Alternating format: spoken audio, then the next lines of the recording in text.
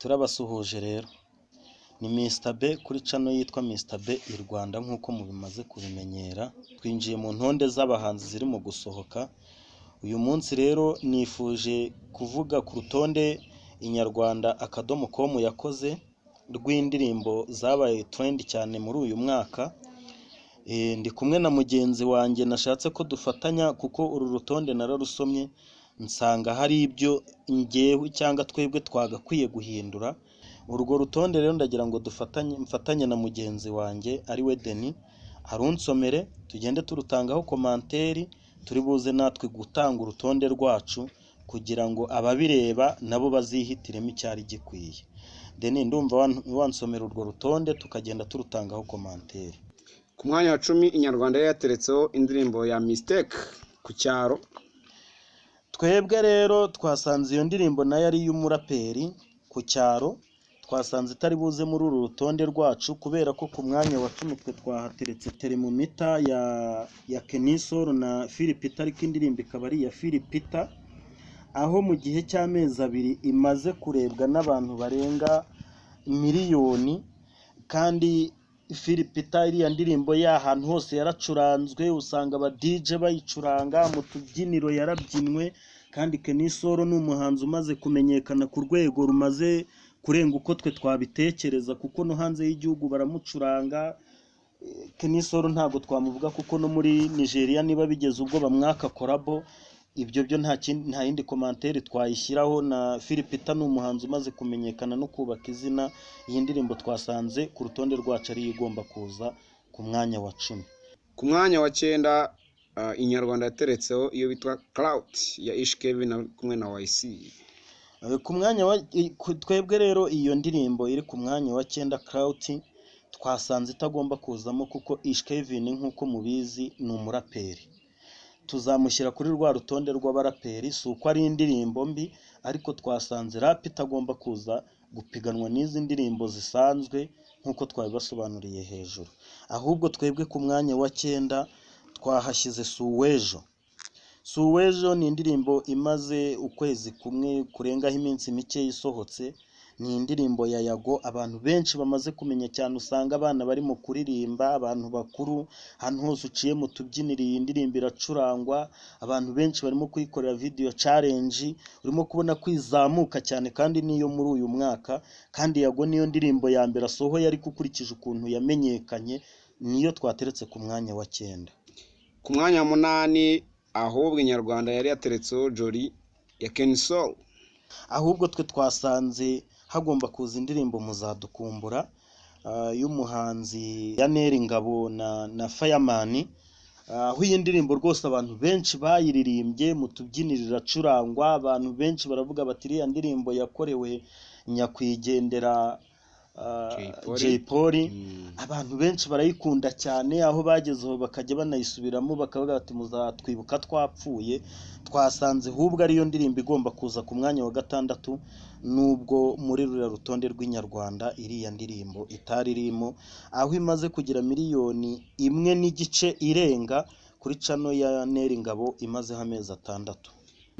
Ku mwanya wa 7 inyarwanda yashyizeho Urankunda ya Juno Kizigenza. Twemeranyijwe n'inyarwanda ko koko hagombaga kuza Urankunda ya Juno Kizigenza. Aho iriya ndirimbo rwose yaramenyekanye cyane cyane, wasangaga n'abasaza barimo kuyiririmba n'abana batoya. Kandi urebye n'igihe imazeho twasanze yarabaye trend cyane, aho kuri channel ya Juno Kizigenza imaze kugira miliyoni 1,900,000, iri hafi kuzuza miliyoni 2 mu mezi 9 imazeho rwose. Aho ngaho ho twahuje. Ku mwanya wa 6 hariho Ready ya Bwiza. Yego rwose ku mwanya wa 6 natwe ku rutonde twakoze twemeranyijwe neza n'inyarwanda ko twasanze indirimbo Ready ya Bwiza ni indirimbo yamenyekanye muri iki gihugu. Ku muhanzi wari ukizamuka nka Bwiza nta nubwo yari yakagize izina riremeye, ariko iyo ndirimbo yarasohotse igera no hanze y'igihugu kugeza ubwo bamwatse club yo kuyisubiramo. Abanyarwanda benshi barayimenye rwose. Natwe twasanze ku mwanya wa 6 ari ikwiye, aho imaze kugira miliyoni 2 views imaze amezi 7 kuri cano ya Bwiza. Aha. Inyarwanda ku mwanya wa 5 yashyizeho indirimbo yitwa Tugende ya Mr Kagame ari kumwe na DJ Marno.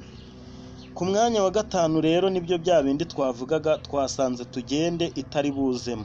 Suko atari indirimbo nziza rwose, turayikunda cyane, yaranamenyekanye cyane, ariko twasanze ari indirimbo y'abaraperi, kuko Mr Kagame ubundi urebye cyane ni umuraperi kuruta uko yaba umuririmbyi. Na DJ Marino nawe ubwe ni umuraperi. Na DJ Marino nkuko mugenzi wanjye bivuze koko nawe ni umuraperi.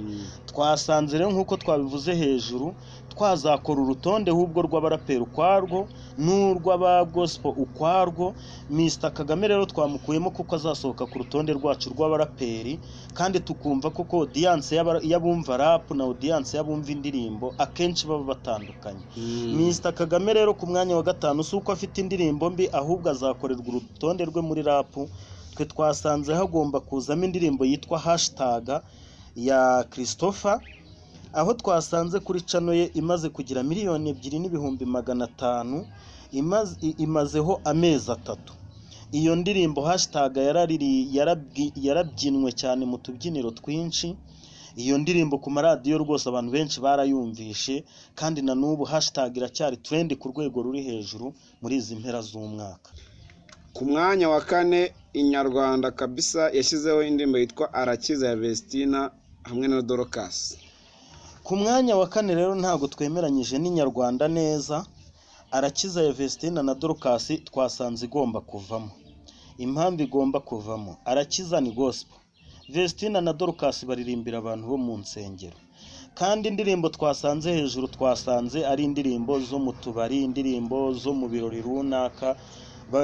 Aba bahanzi bafite ama audience atandukanye n'aya Vestina na Dorcas. Ahubwo twebwe ku mwanya wa 4 twasanze hagomba kuza indirimbo yitwa Jolly ya Kenny Soul, kubera ko Kenny Soul iyi ndirimbo yaramenyekanye cyane, irenga n'imbibi z'u Rwanda, kugeza ubwo no muri Nigeria bamwatse kurabo bayisubiramo.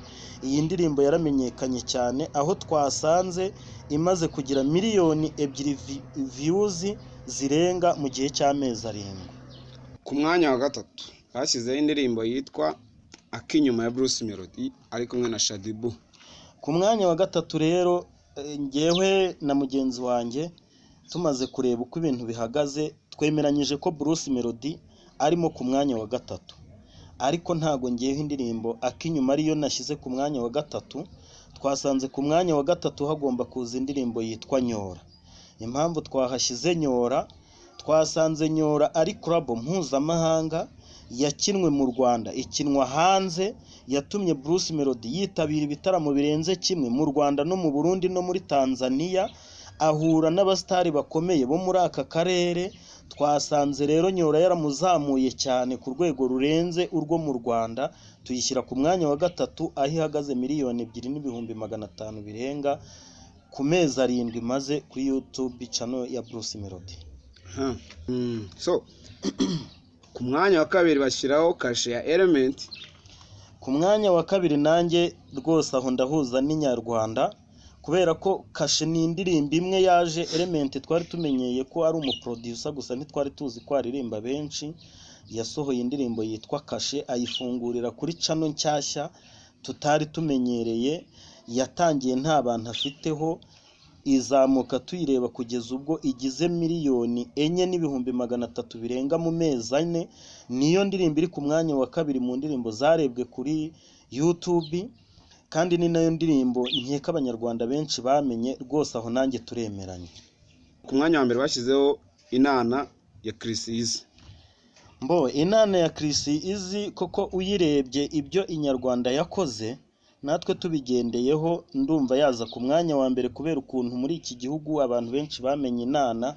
Kandi ugiye no kuri channel ya Chris Easy urebye views yagize muri uyu mwaka, twavuga ko ari yagize views nyinshi cyane, kuko imaze kugira views 5,200,000 birenga mu mezi 6. Nanjye aho rwose ndemeranya n'Inyarwanda. Murakoze cyane. Commentaire turazikeneye, dukeneye namwe ko mugereranya, mukaba mwatubwira uko mwabyumvishe n'uko mwabibonye, natwe uko uru rutonde twarukoze.